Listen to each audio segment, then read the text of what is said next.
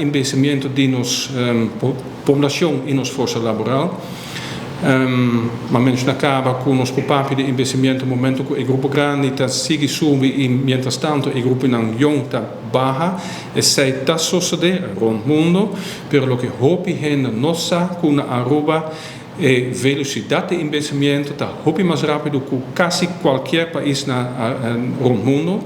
E sei para o motivo que a quantidade de yuco humana a barra de 6 yuco promedio para 1,7 yuco de menos que 5 anos e na Europa a toma 100 anos. É que a velocidade de investimento está sumamente alta na Europa.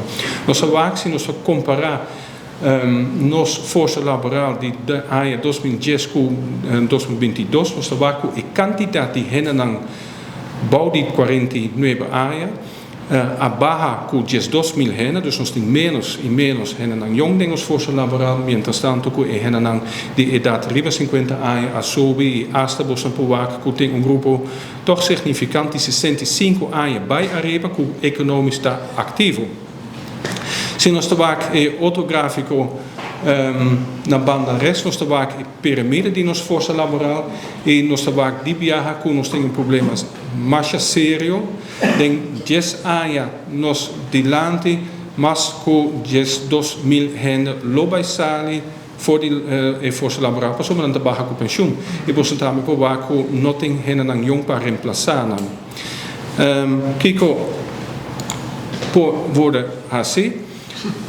Câmara de Comércio atoma tema, nós também connect. E nós estamos bezig para connect com o commerciële sector via a survey aqui não me keren het sumamente importante para ganhar uma ideia de intensidade e grandura de shortage, dus se está afetar par de sector não só, ou se está afetar quase todo o sector e acaba o resultado não indica que está afetar todo o sector, pero nós connect com não para ganhar conserveren a etapa, make sure que o momento que nós papel com o governo nós podemos na base de facts and figures kijken naar a situação.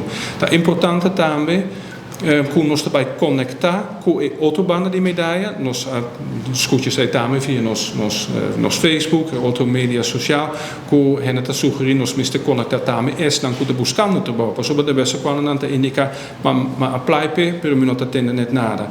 É hope importante que nós também a mídia entrenando, kiko não suggestion tá, kiko não obstáculo tá, para por quizás nós por streamline e demand e aanbod en não para ganhar at least tiki mas.